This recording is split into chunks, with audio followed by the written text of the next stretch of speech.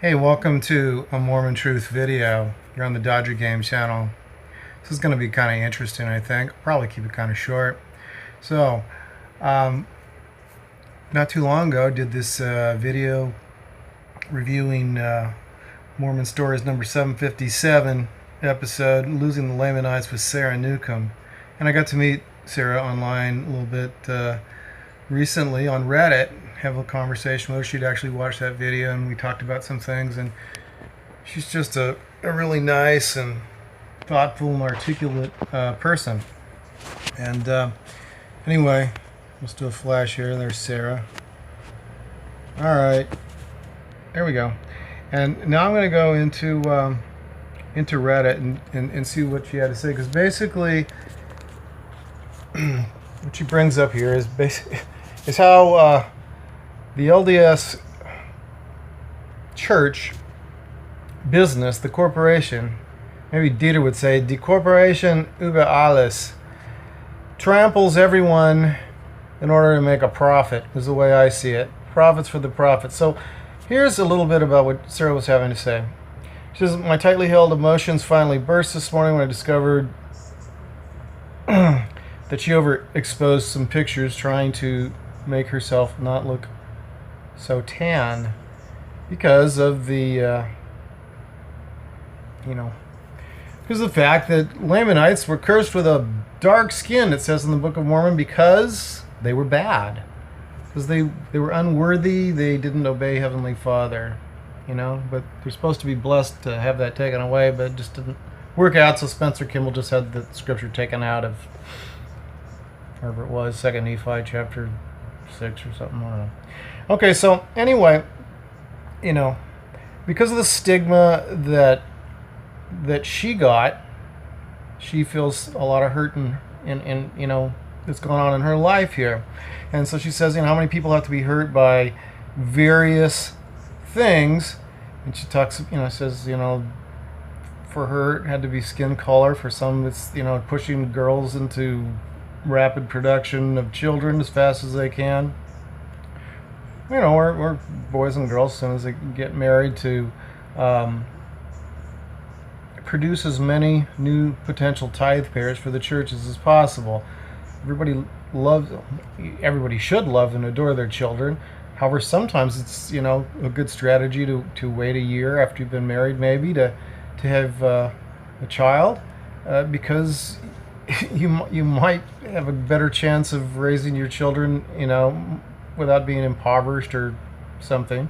So pushing boys into missions, even if they don't believe, that the LDS gospel is true, they're rejected, and just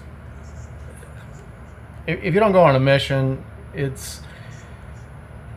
are some guys that managed to get through that. I knew a guy who seemed to do okay, but they're the rejection, the stigma of, you're just not good enough. And that's really one of the points here that some of the commenters made, is that you're not good enough, because what has to happen to fit into the mold to be good enough? And why? What is the deal with that? Well, I wanted to say that various things have happened in the church because of this. The church has got these strategies that they have to keep covering up. So I just want to run through a few things that just really are eye-opening for some people. So let's think about it. So Joseph Smith decides he wants to make a church. He needs to legitimize himself so he can make some money, because the money digging thing wasn't working. So he comes up with the gold plates idea, and the gold plates, he's got these, of course he never had gold plates, but there was a tin shop nearby, and so he could have something weighed about 20% of what the gold would, and didn't cost him much. So he comes up with that to legitimize him being God's new prophet.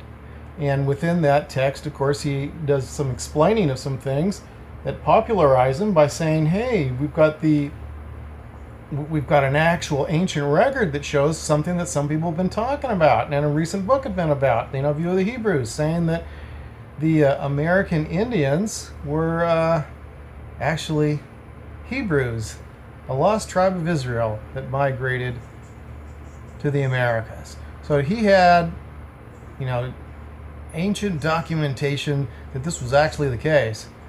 And that probably helped make a real popular thing.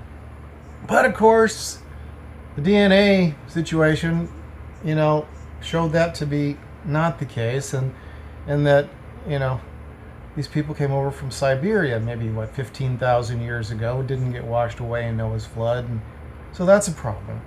So they had to change the story. Well, they disappeared into this other group of people because, you know. But in the meantime, everyone that's called a Lamanite is feeling like, hey, you know, our people were cursed because we, you know, our ancestors were bad. And so, you know, Sarah got trampled. She got trampled somewhat because of that. And I've talked to other people. I had, you know, friends that were considered themselves Lamanitas, and you know, they had to deal with that. And young missionaries, you know, boys that are supposed to go on missions, but they don't feel that that's the right thing, or they're pushed into it. Some are rejected by their family. In fact, I saw, well, there's a post here about some boy got left in the desert because his family dumped him or something because he wasn't going to go on a mission. I mean, the pressure that these young men feel is horrendous. And no, you know, what girl's going to marry him, right? I mean, because girls are taught they got to wait for a guy who's worthy, and he's not worthy unless he goes on a mission. I mean, the church leaders have been leveraging that, you know, leveraging the girls against the boys, you know, telling the girls, hey, don't go marry a guy that hasn't gone on a mission, so they'll push the boys into going on these missions to serve to make profits for the corporation. What else did we have? You know, all these things just fall apart. Joseph Smith wanted to bind people in. And a good way to bind people in the temple was to create just what he wrote was bad in the Book of Mormon and the Book of Moses, a secret society. Basically, well, he created the Danites, and then later, you know, said, well, let's bring everybody into something. And what can we do to bring everyone into basically like a secret society, and to cause them to forswear themselves, as is said not to do in the book of James, by the way. Funny, it's the book where Joseph Smith finds God in the wilderness, James chapter 1, verse 5. It's also in James it says, don't forswear yourself. So he brings in Freemasonry, but, you know, Freemasonry is completely segregated. So that causes another problem, because then you're bringing, when you're bringing in, you know, like, I suppose it would have been York Rite Freemasonry. It was York Rite brothers, you know, that established the Nauvoo Lodge. From what I've read, it wasn't the Scottish Rite Lodge. So he has to put all these guys under oath, you know, using Masonic signs and tokens. Of course, that excludes black members, because they can't join a white rite. They have to join a black rite. White rite guys can't join a black rite either, but the point is, so the Prince Hall guys, you know, they can't do the York Rite or Scottish Rite stuff. So, I mean, they have to do their own thing, I guess, right? They're separate. So suddenly Joseph Smith can't ordain any more black guys to the priesthood, and he's got to have a reason to keep them out of the temple too, because that's going to be a problem. Father Mason see him passing out signs and tokens to people that they know can't possibly be in their rite of Masonry, then he's a dead man, just like you know, William Morgan was, whose widow Joseph hooked up with, among many others. So Mrs. Harris. So that created a problem. So he solved that with the Book of Abraham. Suddenly, here's your reason. Well, Canaanites are cursed, says in Abraham chapter 1. They can't have the priesthood. So it says it's the Canaanites. And he's already conveniently shown us that the Canaanites were black in Moses chapter 7. And he did a little Joseph Smith translation to Genesis chapter 9 and put a veil of darkness on top of Canaan, son of Ham, to show that all men who he was, that he'd have to be the servant of servants of Shem. So that was convenient, so that helped. So, you know, people now, now the church tries to blame it all on Brigham Young, but actually, so Joseph Smith came up with that simultaneously, the exact same time that he became a Freemason and brought Masonry into the endowment there between March and May of 1842. That's the same time he did the Book of Abraham. But now the Book of Abraham's got problems because obviously it wasn't written by Abraham 2000 BC. So he runs into that problem. Well, that's okay. The church just said, hey, so what if it's a funerary text from Egyptians 2,000 years after that? He just got inspired by it. That's all. They try not to mention that, you know, I got people to invest $2,400 in, you know, that and the mummies and stuff so that he could have it and translate it, even though it took him 7 years, supposedly. Yeah. Never mind that all the stuff is, you know, filled with false definitions, and they got Jehovah, you know, the Catholic invention from the 13th century in the Book of Abraham, which is an enormous anachronism. So many mistakes he made in it. I don't even see that talked about on the internet, except for like my videos. But every time he comes up with a solution, he has to come up with something and lie about something, and then that gets busted. So we've got the DNA bustes thing that says, okay, the, you know, American Indians are lost Israelites. We've got the let's bring people into a secret society so we can bind them in more you know, more securely, but he has to join, you know, a white rite, and then that causes the thing with the blacks, and that becomes a problem later. And then he's got the thing with the Book of Abraham that he uses to create the reason why blacks couldn't have the priesthood, which helps keep them out of the temple. And the Book of Abraham gets busted as fraud. So I mean, the guy just can't win for losing, you know. But the bottom line is, so the guys at the top, they've always been part of this deal. They don't care about people. They don't care about who they hurt. Obviously, Joseph Smith didn't seem to care about who he hurt. The polygamy thing, I guess he didn't have to do that. He just, you know, he had a thing there going on, and well, he didn't do polygamy. Obviously, he did the spiritual wife system, and you know, the whistle got blown on that by William Law, and so Brigham Young later covers things up with polygamy. And then that was a problem. And the biggest problem, you know, people talk about civil rights issues and all that stuff. And, oh, actually, that's, yeah. Oh, that was the black thing again. But, you know, the church tries to expand. They got all these prophecies with the Lamanites, but you got so many, you know, people of African descent in Brazil that first South American temple there in São Paulo was going to be a complete failure. They figured out, oops, 80% of Brazil or something like that, they got some Negro blood. And they can't go in the temple. That's going to cause a lot of trouble down there. People been paying their tithing, probably some building fund, getting all excited. Oh, wait a minute. Looking back 4 generations, we see looks like somebody who might have had some black heritage. You're out of the temple. You're not happening. So that was going to be a disaster. It's getting dedicated in October of 1978. So Spencer comes up with his revelation just in time to save the day. Unbelievable.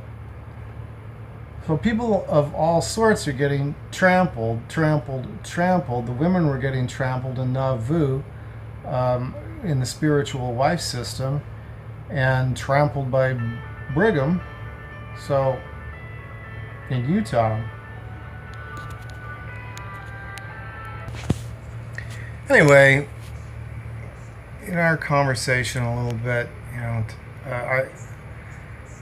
I mentioned some of my feelings towards some of the people at the top, and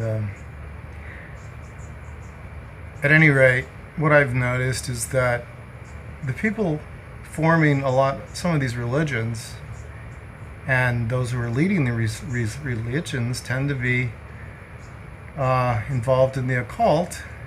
Many of them are Freemasons, you know, or whether it be Joseph Smith or or Charles Taze Russell, or L. Ron Hubbard, you know, in Christian type religions, you know, or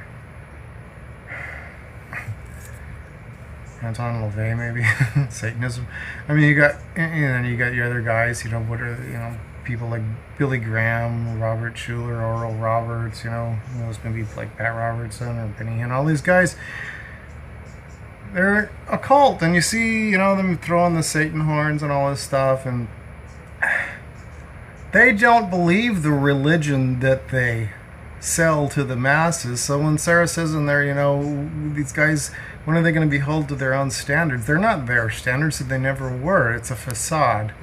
And I guess that was one of the things that I wanted to say, is that the religion that they peddle was never their own religion. They've always been, you know, part of a different religion, a hidden religion. And that's what the leaders of our society tend to be in, whether it's in business, banking, or religion. They seem to have a network that's closely knit. And they don't care who they trample. So, anyway, glad you could make pictures you can feel proud of, Sarah. I will tell you this. Your mirror on the wall has a fairer story to tell than mine does. So, you got nothing to be ashamed of. And I bid everybody a really great day. Been watching one on the Dodger Game channel. Check out some of these recent ones. Deciding whether or not to attend LDS seminary. An honest discussion of what you're getting into. You know, there's a lot revealed on that. I think it's really worth looking at. And, you know, the LDS and Masonic apologetics on the Temple Endowment and the Luciferian connection. I kind of like some of the ones I've done recently. Anyway.